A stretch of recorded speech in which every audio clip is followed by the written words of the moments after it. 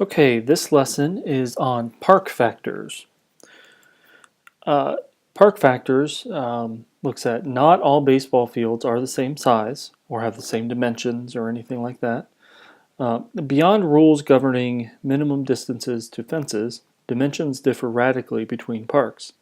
A study of park factors can allow a look at how parks have changed over time, such as the White Sox former Comiskey Park had fences as far as 455 feet in the 1920s and down to 401 feet in 1983. The goal is to look at the effects of ballparks on the number of runs scored.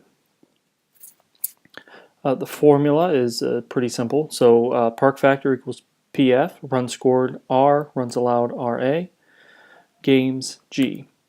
So the park factor formula equals, for the numerator, you take the team's runs scored at home and runs allowed at home divided by the number of home games.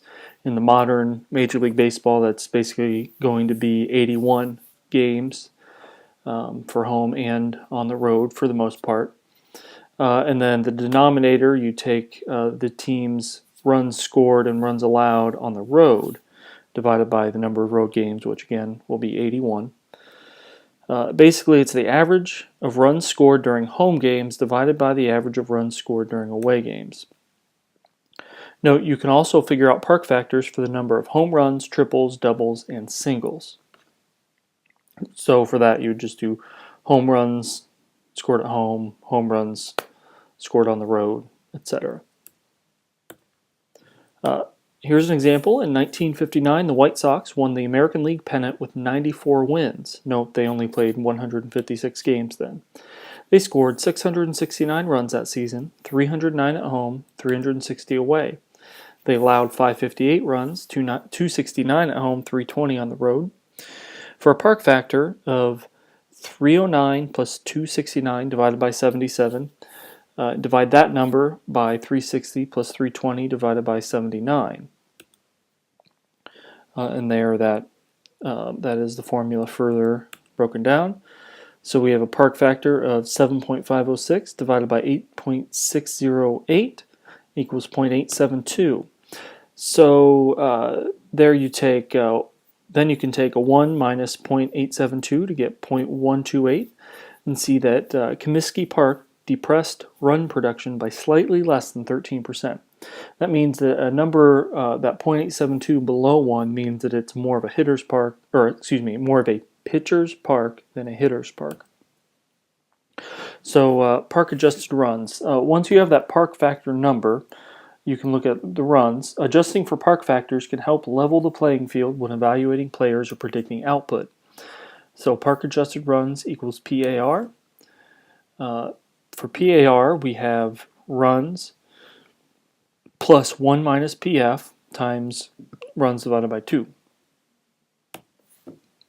The park factor is halved because a player plays only half of his games at home. We're looking for what a run total might be if someone played at a neutral park. So this is for a specific player only. Going back to 1959, White Sox Hall of Fame shortstop Nellie Fox scored 84 runs that year. How many would he have scored in a more neutral setting? Again, there's the park adjusted runs formula. We take his 84, plug it in for the R in both spots, and do the 1 minus 0.872.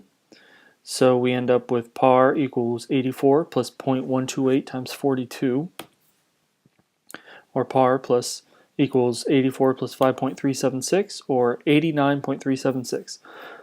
So the idea is if Nellie Fox had played at a neutral or at a stadium that had a park factor of 1, meaning it's not a hitter or a pitcher's field, he would have scored 89 to 90 runs.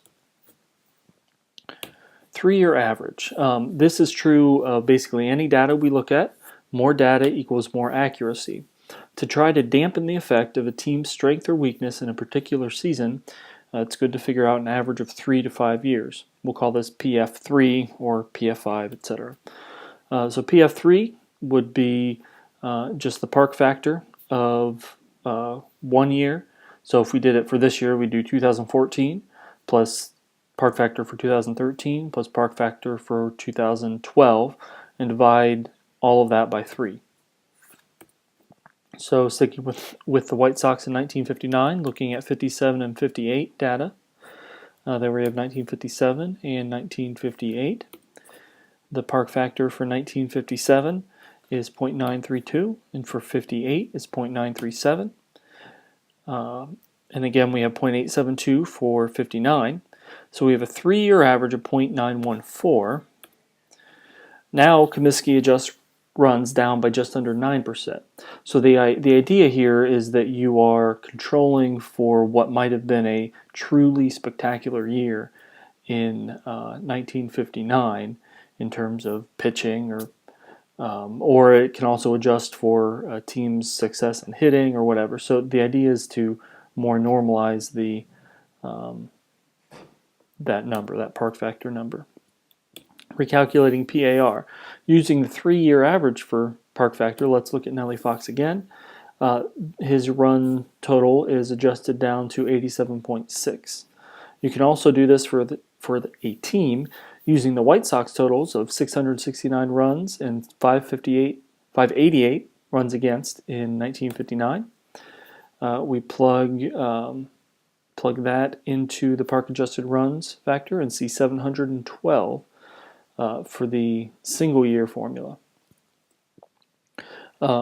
showing that if the White Sox played at a hitter's ballpark or at a neutral ballpark, they would have scored 712 runs.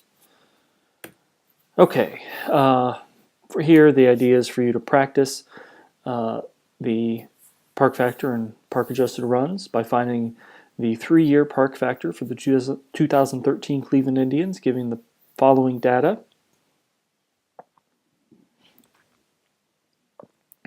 So in 2013, they had a park factor of 0.932, 2012, 0.899, and 2011, 0.960.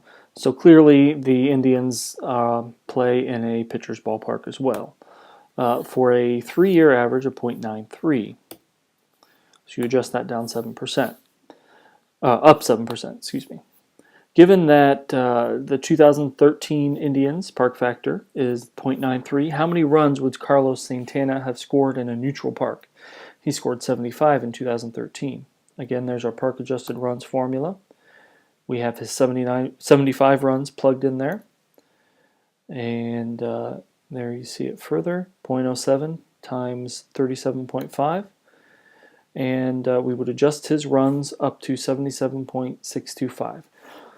So the idea here is you could compare Carlos Santana with maybe a player with the Yankees who have a more hitter-friendly park, and could more easily compare them.